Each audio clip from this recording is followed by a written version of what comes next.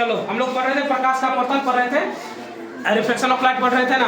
इसमें आज से पहले हम लोगों ने वक्रता केंद्र के बारे में पढ़ लिया था, मुख्य फोकस के बारे में पढ़ लिया था, मुख्य अक्ष के बारे में पढ़ लिया था ना। आज जो हम लोग पढ़ने वाले हैं वो पढ़ने वाले हैं प्रतिबिंब क्या होता है, और प्रतिबिंब कितने प्रकार का होता है, वास्तविक प्रतिबिंब क्या होता है, आभासी प्रतिबिंब या काल्पनिक प्रतिबिंब क्या होता है।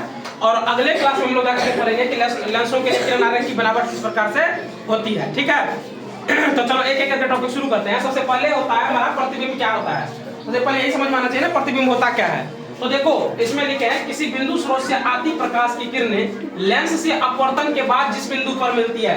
यहाँ पे लेंस से अपवर्तन के बाद लिखा हुआ, इसका मतलब हो गया यहाँ पे या तो उत्तल लेंस होगा या फिर अवतल लेंस होगा। यहीं पे अगर हम दर्पण की बात करेंगे तो वहाँ पर उत्तल दर्पण या अवतल दर्पण कुछ भी हो सकता है ना। तो लेंस से अपवर्तन के बाद जिस बिंदु पर मिलती है या जिस बिंदु से आती हुई प्रतीत होती है, ये जिस बिंदु पर मिलती है या जिस बिंदु से आती हुई इसको प्रतीत होती है उसे उस बिंदु स्रोत का हम लोग क्या कहते हैं, प्रतिबिंब कहते हैं। और इसको इंग्लिश में हम लोग क्या बोलते हैं, इमेज बोलते हैं। क्या बोलते हैं, इमेज बोलते हैं। ठीक है, उम्मीद है प्रतिबिंब हो गया होगा, समझ में आ गया होगा। अब होता है प्रतिबिंब दो प्रकार के होते हैं, एक तो वास्तविक होते हैं, दूसरा क्या होते हैं, आभासी या काल्पनिक। मतलब वास्तविक प्रतिबिंब को रियल इमेज बोलते हैं और आभासी या काल्पनिक प्रतिबिंब को हम लोग वर्चुअल इमेज बोलते हैं। बात समझ में आ गई। तो इसको यहाँ पे लिख भी लेना कि इसको हम लोग क्या बोलते हैं, रियल इमेज, और इसको क्या बोलते हैं, वर्चुअल इमेज। ठीक है, इसको क्या बोलते हैं, वर्चुअल इमेज। तो अब ये समझना जरूरी है कि वास्तविक प्रतिबिंब क्या होता है ना। अब देखो इसमें क्या हो रहा था कि प्रतिबिंब जो बन रहा था, मतलब प्रतिबिंब लेंस से अपवर्तन के बाद बन रहा था ना। अब देखो इसमें क्या होता है, किसी बिंदु स्रोत से आती किरणें अपवर्तन के बाद जिस बिंदु पर, मतलब इसमें क्या होता है कि कोई भी किसी बिंदु स्रोत से आती जब प्रकाश की किरणें होती है वो अपवर्तन के बाद जिस बिंदु पर वास्तव में मिलती है, यानी कि जो वास्तव में हम लोगों को दिखाई देता है, मतलब वास्तव में मिलती है, उसे उस बिंदु स्रोत का क्या कहते हैं हम लोग, वास्तविक प्रतिबिंब करते हैं। अब वास्तव में मिल रही है तो वास्तविक प्रतिबिंब, अगर नहीं वास्तव में दिखाई देता तो वो काल्पनिक प्रतिबिंब। अच्छा, वास्तविक प्रतिबिंब का ये खासियत है कि इसको आप पर्दे पर उतार सकते हो, है ना। इसलिए लिखे वास्तविक प्रतिबिंब को पर्दे पर प्राप्त किया सकता है। और इसका एक चीज और होता है कि वास्तविक प्रतिबिंब वस्तु की अपेक्षा हमेशा क्या होता है, उल्टा होता है। वास्तविक प्रतिबिंब क्या होता है, वस्तु की अपेक्षा हमेशा उल्टा होता है। ठीक है ना।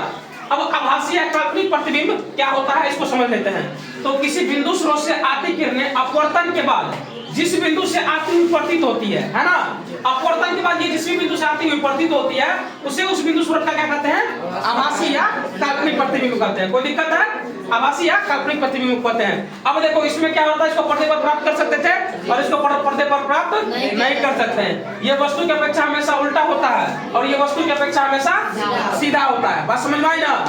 चलो अब एक यहाँ पे नोट करके हम लिखे हैं, इसको ध्यान से देखना कि प्रकाश की किरणों का अपवर्तन लेंस के दोनों पृष्ठों पर होता है।